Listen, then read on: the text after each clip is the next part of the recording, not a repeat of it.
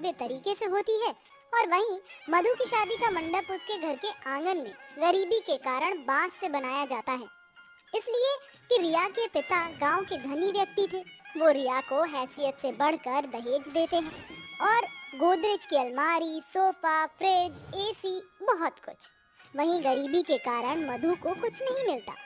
इस तरह 7 फेरों के साथ बचपन की 2 अमीर गरीब सहेलियां बिछड़ जाती हैं। भगवान करे मेरी सहेली रिया ने जैसा सोचा है उसे वैसा ही ससुराल मिले। हे आसमान में रहने वाले, बस इतना कर देना कि मेरी सहेली मधु का ससुराल हर सुख सुविधाओं से भरा हुआ हो। उसे वहाँ वो सारी खुशियाँ और सब कुछ मिले जो उसे अपने मायके में कभी नहीं मिला। इस तरह दोनों सहेलियां पूरे दिल से एक दूसरे के खुशियों भरी जिंदगी की दुआ देकर अपने अपने ससुराल चली जाती हैं। आखिर कैसा रहेगा एक अमीर और एक गरीब बेटी के ससुराल का सफर? कुछ देर बाद अमीर बहू की गाड़ी उसके ससुराल के बाहर रुकती है। रिया का ससुराल बहुत ही बड़ा बंगला था, जहाँ कई सारे नौकर चाकर और हर सुख सुविधा थी। तभी कामिनी देवी अमीरी भरे अंदाज में रिया का स्वागत करती है। Welcome welcome my dear darling बहू, बाहर क्यों खड़ी हो, अंदर आओ। मगर सासू माँ, मेरा गृह प्रवेश तो हुआ नहीं। ओह गॉड रिया बहू, ये घिसी पिटी रस्में गरीब के घरों में होती हैं। अगर हम जैसे रिच लोग भी इन्हीं रिचुअल्स को मानेंगे तो क्या फर्क है हमारे और पुअर पीपल्स में? मॉम वाज राइट रिया भाभी, अब आ भी जाओ, क्यों कलश के चावल गिराकर घर का इंटीरियर खराब करना है? अपने ससुराल को लेकर रिया ने बहुत से सपने देखे थे, मगर इसलिए कि घर का इंटीरियर खराब ना हो, बहू की ख्वाहिश को किसी ने भी नहीं समझा। वहीं दूसरी तरफ मधु के गरीब ससुराल वालों ने खुशियों से भरकर उसका गृह प्रवेश करवाया। मधु बहू, इस हल्दी की थाली से अपने हाथों के छाप घर के बाहर के दीवार पर बना दे। जी माँ जी। इसके बाद कौशल्या अपनी गरीब बहू की आरती उतारती है। बहू, अब इस कलश को गिराकर गृह प्रवेश कर। जरा ठहरिए मधु भाभी, मैं बस अभी आई। ये कहकर गौरी खूब सारे गेंदे के फूल दरवाजे से घर के अंदर तक बिछाकर कहती है, आप गृह प्रवेश कीजिए भाभी, हमारे घर में आपका स्वागत है। बहू गृह प्रवेश करके अंदर आ जाती है, तभी बूढ़ी हीरामणि कहती है, जानती है मधु बहू, तेरी ननद तड़के सुबह से पूरे गांव में घूमकर ये गेंदे के फूल तोड़ी है। अपनी गरीब ननद को माफ कर देना भाभी, वैसे तो नई बहू के गृह प्रवेश में गुलाब के फूल बिछाए जाते हैं, मगर मेरे पास यही गेंदे के फूल थे। अरे मेरी प्यारी ननद, तुमने खुशी से भरकर अपनी भाभी का स्वागत किया, मैं बहुत खुश हूँ। और फूलों का क्या है, गुलाब के हो या गेंदे के, ये तो मुरझा जाते हैं। मधु की ये बात उसके गरीब ससुराल वालों के मन में घर कर जाती है।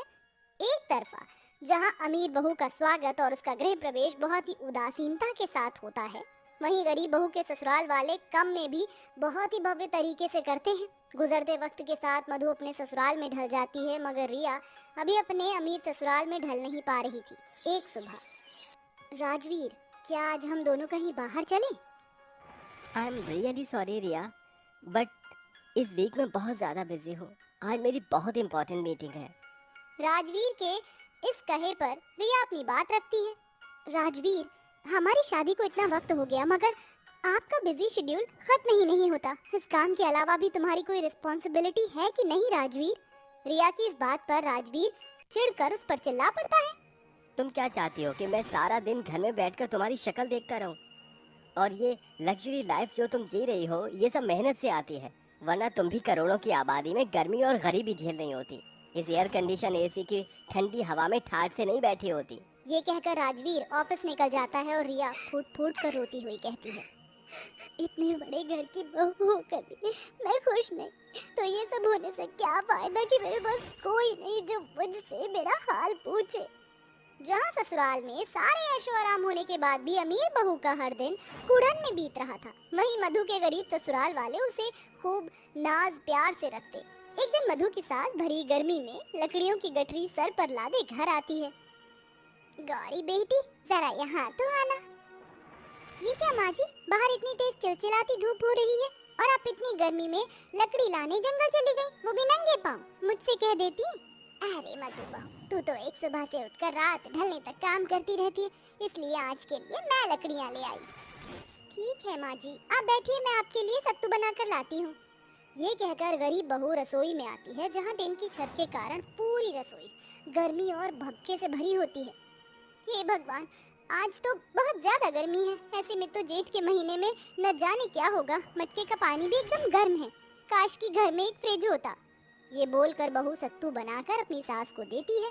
दिन बीतते हैं, मधु की सास और उसकी ननद घर के कामों में उसका हाथ बटाती हैं। वहीं बनवारी भी मधु को बेटी मानते थे। परिवार में बसे इस प्यार की वजह से मधु को कभी भी ये एहसास नहीं होता था कि उसका ससुराल गरीब है। वहीं रात में रिया अपने ससुराल वालों को खाना परोसती है, तभी रूप रॉय कहता है, या बहू, कल भी तुमने दाल मखनी बनाई थी और आज भी क्यों? ससुर जी, ये कल रात की सब्जी है। वो माँ जी और नित्या बाहर से डिनर करके आई थी, इसलिए मैंने ये सब्जी फ्रिज में रख दी थी।